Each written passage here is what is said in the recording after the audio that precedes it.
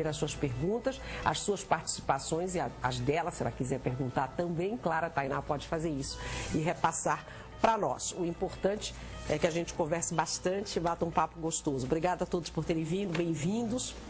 E como eu disse, começamos com os dois defensores públicos neste primeiro bloco, eles vão sair no intervalo, que é o Johnny e o Cássio, que eu dou boa tarde. Primeiro, parabéns, né, pelo prêmio. Obrigado. E eu queria começar por aí. Que prêmio foi esse? Que prêmio é esse, né? Já que é o Congresso Nacional de Defensores Públicos, e aí vocês ganharam com teses, com trabalhos e tal. Que concurso é esse? Do que se trata exatamente, só para a gente entender? A Associação Nacional de Defensores Públicos, ela organiza o Congresso Nacional de Defensores Públicos. A ideia é reunir esses profissionais do Brasil todo, justamente para troca de experiências, troca de práticas e teses, né? Dentro deste congresso se realiza o concurso, um certame, né, competindo com propostas e práticas de todo o país, na qual algumas saem vencedoras. E nós tivemos a felicidade de termos práticas e teses contempladas. E 2 teses, 2 vencedores da Defensoria Pública daqui do Estado do Pará, né? Sim.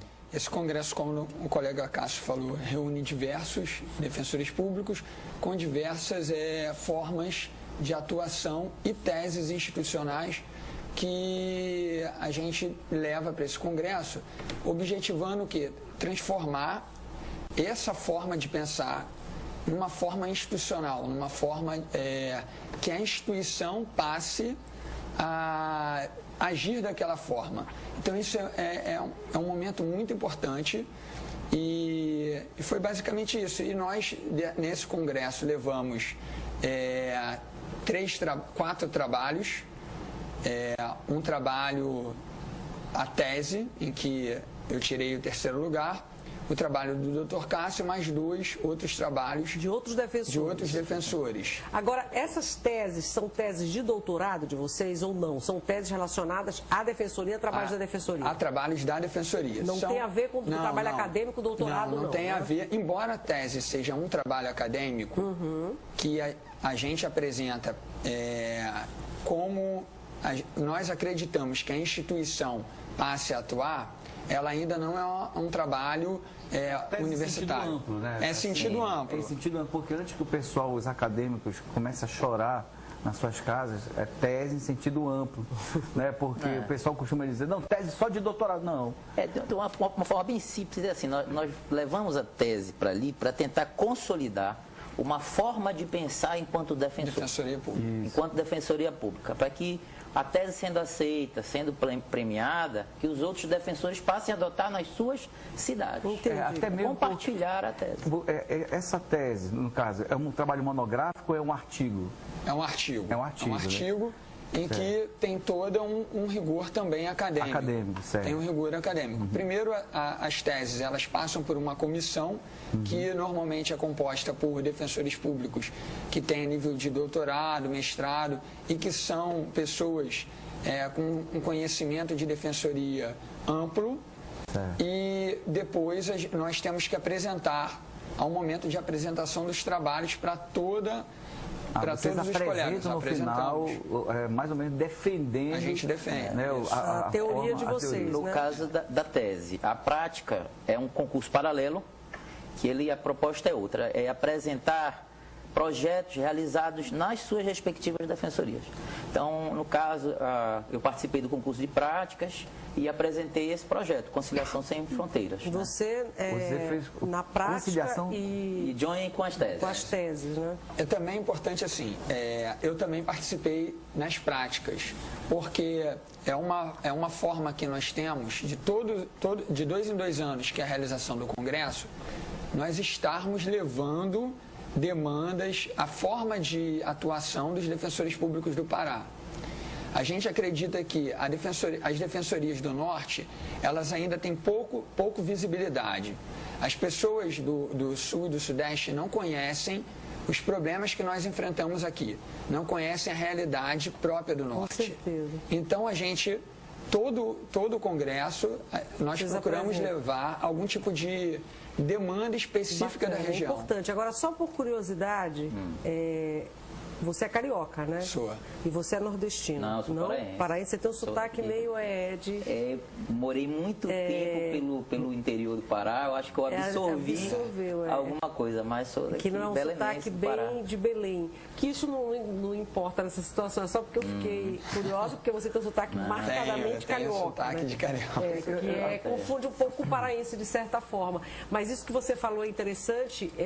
Nós já vamos falar dos assuntos dos trabalhos de vocês, mas assim, porque eu ouço muito aqui isso no Sem Censura, Pará, que é trabalhos em geral, né, seja no audiovisual, trabalho acadêmico, de um modo geral, a região norte ainda é muito tímida, né, na apresentação de trabalhos em congressos, em eventos nacionais e tal. Então, é importante. Eu fiz questão de falar essa questão de levar a demanda, de nós estarmos levando a demanda própria, da realidade própria, porque a premiação, de uma certa forma, já iniciando a minha premiação na tese, ela é contemplada por conta disso. Porque o que ela tem de nova, questionar por que a Defensoria Pública Estadual pode atuar na defesa dos direitos indígenas, é algo específico da região norte e de alguns estados do centro-oeste. Não é algo que você vai ter uma demanda indígena batendo na porta de um defensor público de São Paulo ou do Rio de Janeiro do centro, mas você vai ter uma pessoa, um indígena, batendo na porta de um defensor público em Orilândia do Norte. Com certeza. Que foi a nossa primeira comarca, minha e do Cássio. Vocês foram para lá primeiro, começaram lá a carreira, né? E em Paragominas ou em todo o interior do Pará, você vai ter o contato com indígenas. Os indígenas não estão só nas aldeias, eles também estão no meio urbano. Falamos disso ontem aqui com o antropólogo, inclusive. Eu sei que o Rui está doido para fazer pergunta, mas só aproveitar só para puxar logo aqui para a gente explicar uma coisinha que eu acho que é importante. Nós estamos falando de defensores públicos, né, da Defensoria Pública do Estado. Então, nós não estamos falando de advogados públicos. Seria isso, em outras palavras, bem simples, que não é a mesma coisa, mas enfim, que eu sei que vocês já me olharam assim. Mas enfim, só para a gente entender, no caso da sua tese, que aí é sobre direitos indígenas, né, e como a Defensoria Pública pode atuar em relação a esses direitos. Eu queria que você explicasse isso, porque quando a gente fala em direitos indígenas, vem à cabeça, primeiro, a Constituição, né, federal, porque lá estão os direitos indígenas, de um modo geral, e o Ministério Público, ou federal ou estadual, mas é federal no caso, isso. Que é quem atua na defesa dos direitos indígenas. A sua tese é o quê? Que os defensores também podem fazer isso? Sim. Porque é importante a gente pensar qual é o papel da justiça. Para entender um pouco a tese, em linhas gerais, qual é o papel da justiça? O papel da justiça seria garantir direitos àquelas pessoas que estariam numa situação de exclusão, que a gente vai chamar na Defensoria Pública de vulneráveis. Então, existe um documento que é pouco conhecido, que são as 100 regras de Brasília, que na América Latina toda ela é utilizada, esse documento, que estabelece quem são as pessoas em condição de vulnerabilidade para o sistema de justiça. São pessoas, são os indígenas, os negros, todas aquelas pessoas que por uma condição social, de gênero, estão excluídas e não conhecem como ingressar nesse sistema. Então, ela cria alguns procedimentos para que facilitem o acesso.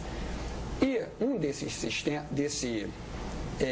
dessas regras é que as defensorias públicas atuem na defesa das populações indígenas, seja nos direitos coletivos, e aí seria algo que estaria na Justiça Federal, seja nos direitos individuais.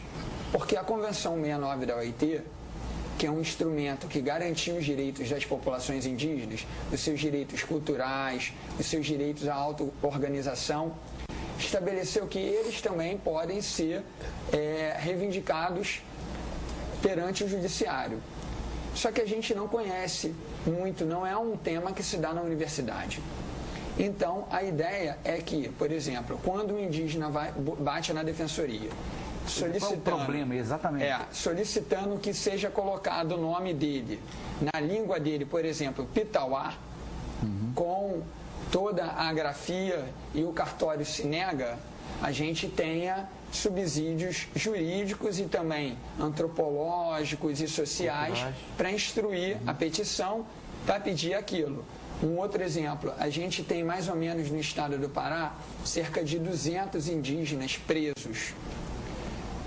Nenhum desses processos, posso dizer que acredito que os 3 tenham observado a Convenção 69 da OIT, que determina regras próprias, procedimentos próprios, e o Brasil é signatário dessa convenção, procedimentos próprios quando você tem um indígena que comete algum delito. Então, o que essa tese vem discutir é exatamente isso. Quais são as demandas que os indígenas individualmente que correm na Justiça Estadual e como a gente pode atuar? Como que a Defensoria, qual é o olhar do defensor e quais são os argumentos que a gente pode colocar? Certo. Eu acho que primeiro a questão da competência. Eu não sei como é que fica a competência de vocês e do pessoal federal, né? Esse é o primeiro ponto. Isso. E o segundo ponto é assim, como a questão, por exemplo, o problema, quem é o indígena? Muito bom. Tá, é isso que, assim, só bem resumido. Muito boa essa sua pergunta. Porque, primeiro, em relação à competência, a Constituição estabelece que os direitos coletivos, os direitos que tenham a ver com a propriedade, com a cultura, de toda a etnia, eles são matéria da Justiça Federal. Então, é simples. Quando for demandas individuais, como, por exemplo, litígios envolvendo direito de família, guarda, adoção, colocação em família substituta, retificação do nome, cometimento de delitos individuais que não digam a respeito à etnia, são competência da Justiça Estadual. A gente tem diversas demandas, não só no estado do Pará, mas em toda a região norte. A gente vem tendo essas demandas. Então, como resolver o conflito de atribuições de competência? Se a demanda for individual, se ela disser respeito a um indígena ou à família dele, a demandas de direito privado, elas são demandas da Justiça Estadual. Ou o direito penal de um delito cometido por um indígena. E aí o indígena pode procurar a defensoria para que vocês o defendam. O defendam, pode procurar. A gente já tem alguns casos aqui no estado, uma boa quantidade nesses de casos de delitos individuais. Os defensores, de uma maneira geral, já estão preparados para lidar com isso? Ainda não. E é por isso que a tese foi contemplada. Exatamente. Porque a gente tratava os indígenas, as indígenas crianças, as mulheres indígenas, esses problemas, olhando sob o ponto de vista da nossa cultura. E aí eu vou responder a sua segunda pergunta. E a tese vem exatamente nesse sentido, que a gente precisa olhar a cultura do outro não a partir do nosso ponto de vista, mas sim do ponto de vista dele, se utilizando da ideia do culturalismo, do multiculturalismo e do pluralismo jurídico e da própria Convenção 69 da OIT e desse documento que eu falei, das 100 regras de Brasília, que é algo pouco conhecido. Quem é o indígena? A mesma pergunta que a gente faz, quem é a pessoa de origem japonesa? O indígena é todo aquele que tem o tronco, que nasceu de uma família indígena, que reconheceu sua cultura, se reconhece quanto indígena. Nós temos mais ou menos, na zona urbana de Belém, cerca de 1000 indígenas. Essa semana eu estive no Rio de Janeiro, participando de um seminário sobre populações tradicionais e indígenas, em que se está tentando organizar um comitê multi-institucional com diversas instituições do sistema de justiça do Brasil todo.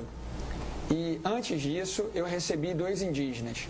Um deles, o seu Cabá, ele tem mais ou menos 80 anos, 70 anos, e ele, no final da conversa, ele falou assim: doutor, eu sou policial militar reformado. Eu falei: é mesmo? E o senhor é indígena? Sou. Eu falei: tá. Aí ele começou a falar em Munduruku comigo.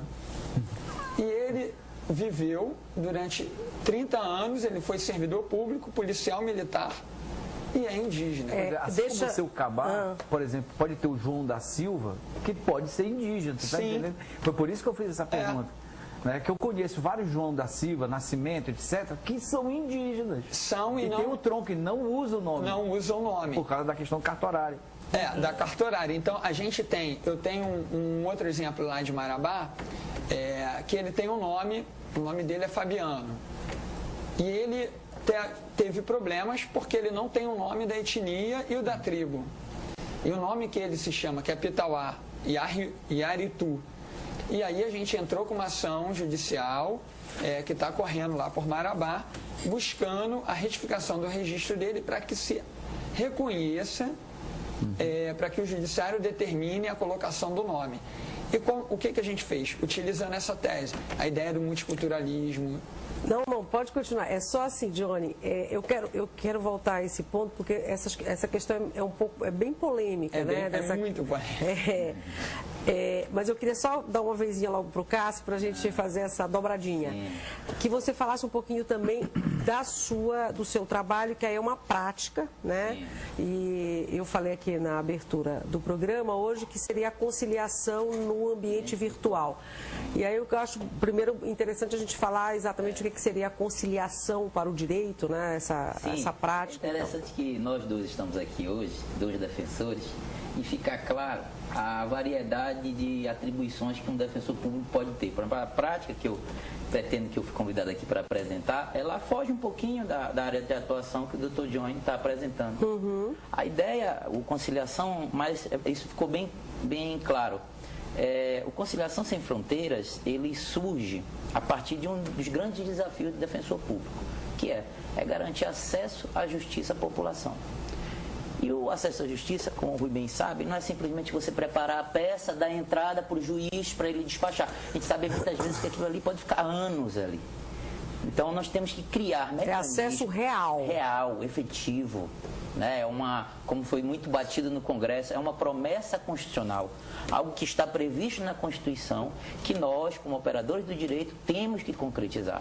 Então, o Conciliação Sem Fronteiras veio à busca, ele trabalha nessa busca. Porque acesso até tem, né? O negócio é o final, a finalização do processo, a resposta mesmo efetiva. Exatamente, que a pessoa não quer só a petição protocolada, não quer só a audiência, ele quer o resultado. Resolver lá a situação, né? E tanto o Poder Judiciário, como o Ministério Público, a Defensoria e a Advocacia já identificaram que os métodos de solução consensual, ou seja, conciliatórios, são uma boa ferramenta para isso. Então, antes de brigar, tenta resolver. Exatamente. Hoje em dia, o Poder Judiciário, últimos dados do CNJ, 110 milhões de processos em tramitação no país. Ou seja, juízes estão abarrotados, promotores abarrotados, você não tem tempo para julgar, certo? Para apreciar tudo com a devida cautela. Então, a ideia é criar esses mecanismos de conciliação. O Conciliação Sem Fronteiras, ele trabalhou com a hipótese que, por disposição da lei, você não podia conciliar. É um caso, eu vou exemplificar para que fique bem claro. Fácil, imagine que uma pessoa aqui em Belém me procura o Dr. Johnny e fala: olha, eu quero reclamar, uma questão bem simples, de baixa complexidade, quero os alimentos para o meu filho, a pensão alimentícia. Se ele morar aqui em Belém, nós fazemos a notificação, ele comparece na defensoria e dali já sai com acordo, sai com a tutela, com acesso à justiça resolvido. Mas imagine que ele não mora aqui, ele mora em Tucuruí. Você não tinha e olha antes que é Tucuruí, hein? Tucuruí, imagine um lugar mais distante. Né? Pois é, então você não tinha. E qual era a ideia? Você tinha que propor a ação, esperar para um instrumento, uma ferramenta chamada carta precatória, que é algo que é considerado o algoz da celeridade processual, porque ela demora, certo? Então, para isso, nós criamos um ambiente virtual de conciliação, que é: eu aciono o defensor de Tucuruí, ele notifica lá o devedor dos alimentos e eu fico aqui com a pretendente dos alimentos. E nós fazemos a conciliação à distância, certo? Celebramos o acordo é homologado e a situação é resolvida. Por que a ferramenta é importante? Porque a maioria das pessoas que comparecem na defensoria, eles não têm condições de se locomover. Seja pela dificuldade financeira e muitas vezes pela questão de importantíssimo, ela se autoexplica, né? Você explicando já, eu falo, olha, a dimensão que tem esse estado, gente, a Amazônia eu fiquei assim muito feliz. Essa prática, ela já venceu o Inovar em 2012. venceu o concurso conciliar legal do CNJ, foi a primeira vez que a Defensoria venceu, em 2015, e agora ela venceu o concurso de prática. Mas se você observar, ela é singela, ela é simples, mas é uma ferramenta... É óbvia e fica ali, é uma ferramenta precisou de um tempo de muita utilidade. Consolidar. E assim, e agora a Defensoria Pública, através do Núcleo de Tecnologia da Informação, está desenvolvendo um aplicativo, um software, que vai ficar disponível aos defensores para que eles possam, de aparelhos móveis, instalar o ambiente virtual de conciliação. Ou seja, a Defensoria tem investido nisso para facilitar, porque é importante não apenas no trabalho do defensor, mas para que as pessoas possam deixar de ter aquela promessa e ter o seu efetivo cumprimento. E dar celeridade, né? Assim, isso é um programa, né? Ou é uma ferramenta. Eu considero uma ferramenta. Tá. Como é que o judiciário está vendo isso? Já tem alguma questão que envolva o judiciário? Já o judiciário, o posicionamento que eu já obtive, por exemplo, eu homologo o acordo que é feito através da prática. O juiz entende que ele tem maior legitimidade do que um acordo celebrado por um defensor só. Porque você tem dois defensores. Ele assistindo uma pessoa e eu assistindo outra. Então, ou seja, o acordo ele tem maior legitimidade. Então, ele tem aceitabilidade. O próximo passo são mutirões nas varas de família. Então, eu me dirijo às varas de família, verifico quantos processos estão com precatória, esperando o cumprimento. Ou seja, são processos que ficam mofando ali. Regra geral. Então, eu pego esses processos e tento ambientar a conciliação virtual. Terceiro passo, que também nós vamos chegar, é a questão daquelas pessoas que estão custodiadas, pessoas que estão na penitenciária. Vira e mexe, tem uma pessoa que nos procura, cadê ele? Ele está no PEN 3 lá, no PEN 2. Então não tenho como pegar e fazer o divórcio deles. Com o ambiente virtual de conciliação, eu consigo divorciá-lo de forma... um detento... O detento acompanhado por um defensor. Lá na penitenciária. E você faz com a esposa dele. Que quer se divorciar. Exatamente. Entendi. É maravilhoso, assim, que eu digo, é uma prática. É uma ferramenta. No mundo jurídico, Renato, olha lá, quando duas pessoas, eu tenho um problema, o problema está aqui, os dois já estão perdendo. Aí envolve uma questão chamada processo. Isso pode trazer muito mais problema, porque às vezes não entra no foco do mérito. Né? Começam problemas periféricos que começam a comprometer o problema e às vezes acaba não resolvendo o problema. E aí isso, ou seja, essa prática da defensoria que é de anos, de compor isso, homologar judicialmente, divórcio e tal, isso aí já é maravilhoso. Agora no mundo virtual, a minha preocupação só era aquela, porque eu estou lembrando dos primeiros momentos em que um e-mail não era considerado como prova. Assim, como é que fica o mundo virtual aos olhos do judiciário? O documento ele é materializado. O doutor Johnny lá em Tucuruí assina o acordo, remete para o defensor aqui e já fica o título. Então, eu só faço pedir a homologação quando é o caso, ou então pelo descumprimento vai à execução. A verdade é que os órgãos do sistema de justiça precisam se reinventar. Exatamente. Eles precisam conceber que a quantidade de processos hoje em tramitação, a cultura da litigiosidade, que é uma coisa que eu trabalho muito com meus alunos, né? A gente gosta às vezes de dizer assim, olha, você fez isso, eu vou lhe processar, como se fosse garantia de felicidade ou de sucesso. Mal sabe que um processo leva anos na justiça. É melhor não processar, é melhor tentar conciliar. Eu estou louco para ver um dia, Renata, por exemplo, já com essa questão dos dispositivos móveis, né? Daqui a pouco, não sei o que, acordo e tal, aí todo mundo já mandando o ok, no celular, né? Aí daqui a pouco o outro manda um coraçãozinho assim. Pô, dá pronto, já resolveu. Acho que não sei se vamos chegar a este ponto. Não, eu sei, brincadeira. Eu sei que você está brincando. Uma coisa que é importante, assim, tanto do que eu falei quanto do Cássio, é esse novo papel da Defensoria Pública. Antes você via a Defensoria Pública como advogados de pobres. Mas hoje a gente passou muito mais do que isso. Hoje você tem uma série de atribuições da Defensoria Pública que busca a garantia efetiva do acesso à justiça do cidadão e principalmente daquela pessoa que está em condição de vulnerabilidade. Isso valoriza a Defensoria Pública, porque a Defensoria Pública, é o que você está dizendo, sempre foi meio patinho feio, né? O Ministério Público sempre foi mais vistos com mais respeito, mais, né, mais charmoso, e a Defensoria Pública é meio patinho feio. E vem mudando um pouco isso, eu percebo dos anos para cá, e esses trabalhos de vocês, esse tipo de iniciativa só valoriza. E a gente costuma dizer que o nosso papel é de instrumento de transformação social. Existe um grupo que está excluído do sistema de direitos, das garantias, e a gente está ali, enquanto agente público, não é para fazer a minha vontade ou a do Cássio, não, é a vontade daquele grupo. O Cássio percebeu que existia um grupo que não tinha seus direitos garantidos, então ele pensou em algo para garantir aquele direito. Eu percebi que alguma coisa estava acontecendo, que existia um grupo que a gente buscava o direito e não conseguia pela via, então a gente precisava estudar. Então, hoje a Defensoria, a gente se coloca muito assim, como instrumento de um determinado grupo, que são essas pessoas que estão em condição de vulnerabilidade, que não têm seus direitos respeitados, e a gente precisa fazer alguma coisa. Vamos dar uma vezinha para o telespectador. Temos uma, duas... Tem um comentário da Dolores Vieira. Ela parabeniza os 2 defensores pelo prêmio, principalmente pelo seu objeto de estudo, que é a população indígena. Na opinião dela, a população indígena ainda se encontra em situação deplorável e necessita bem mais de ações como a sua. E o Alex Barata, ele faz uma pergunta. Ele diz que os índios, quando recebem uma reserva indígena, têm o dever de preservá-la. E ele pergunta o que acontece quando é o índio que comete algum tipo de crime, como o tráfico de madeira ilegal ou se vender algum mineral dessa região. É muito boa essa pergunta, e vai aquilo que a tua pergunta de qual é o critério de competência.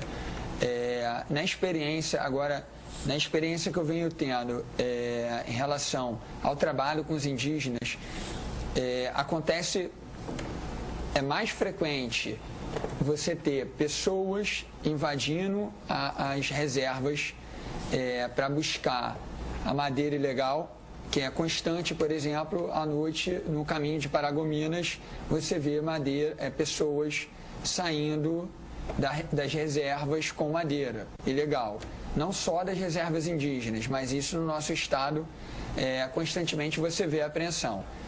Quando é constatado pela FUNAI ou pelo IBAMA que houve o cometimento desses delitos pelos indígenas, eles também pagam. Tanto é que a gente tem cerca de 200 indígenas presos hoje em todo o estado. Alguns deles por delitos cometidos em questão de crime ambiental. Entendeu? Então há uma responsabilização. O que falta é um olhar por parte do sistema de justiça dessa cidadania que a Constituição Federal garantiu para as populações indígenas. Era isso que eu disse para você naquele momento que nós passamos por caso, que eu disse que sempre causa polêmica, né? Porque é sempre cobrado isso do indígena, né? Eu não estou julgando, a gente sempre faz esse tipo de cobrança. Mas ele é indígena, por que ele tem... Ontem a gente está falando disso aqui com o antropólogo.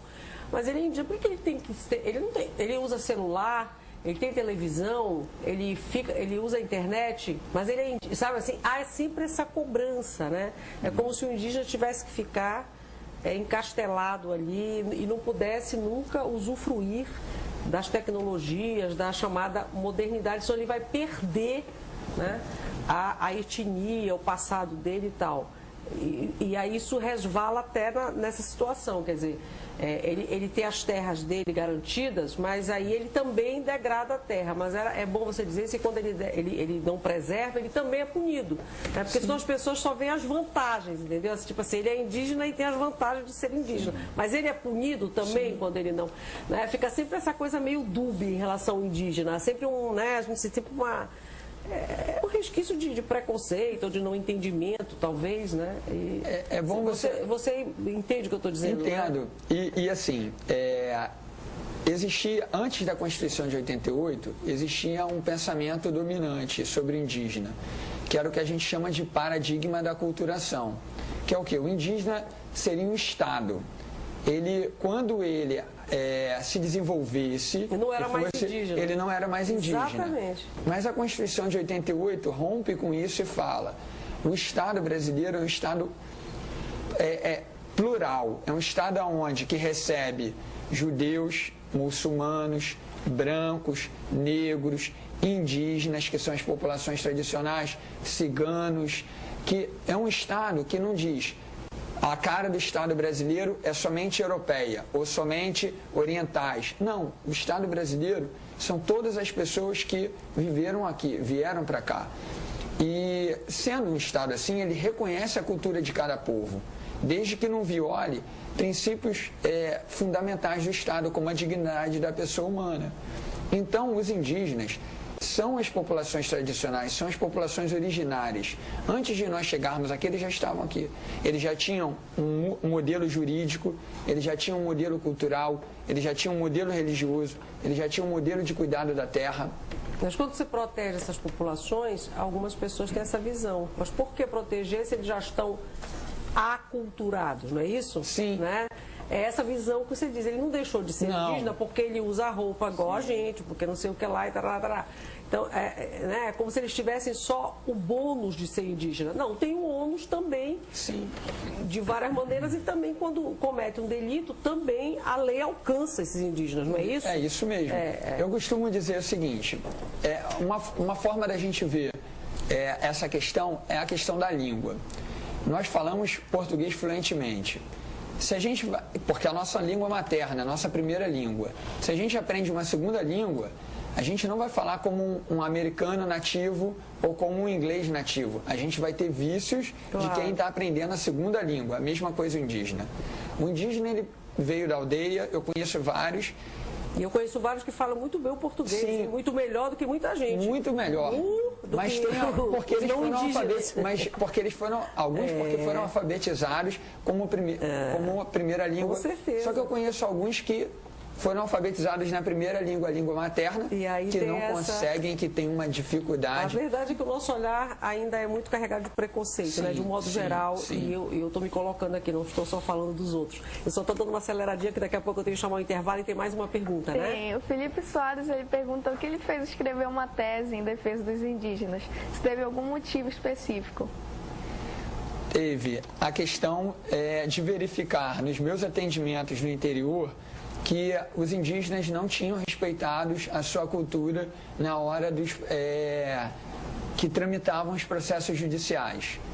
Os juízes, os promotores, nós defensores, não tínhamos esse olhar sobre a cultura e a aplicação do direito dentro das etnias. Eles ainda são vulneráveis, em última instância, sim, em última palavra, sim. Né? Ainda precisam Os vulneráveis são todos aqueles que, por algum motivo específico, não conseguem acessar com plenitude o sistema de justiça. E ainda é esse o caso, para que a gente entenda porque há todo Tomara que esses trabalhos de vocês assim, sirvam de paradigma, não só para o Pará, que tem uma extensão territorial imensa.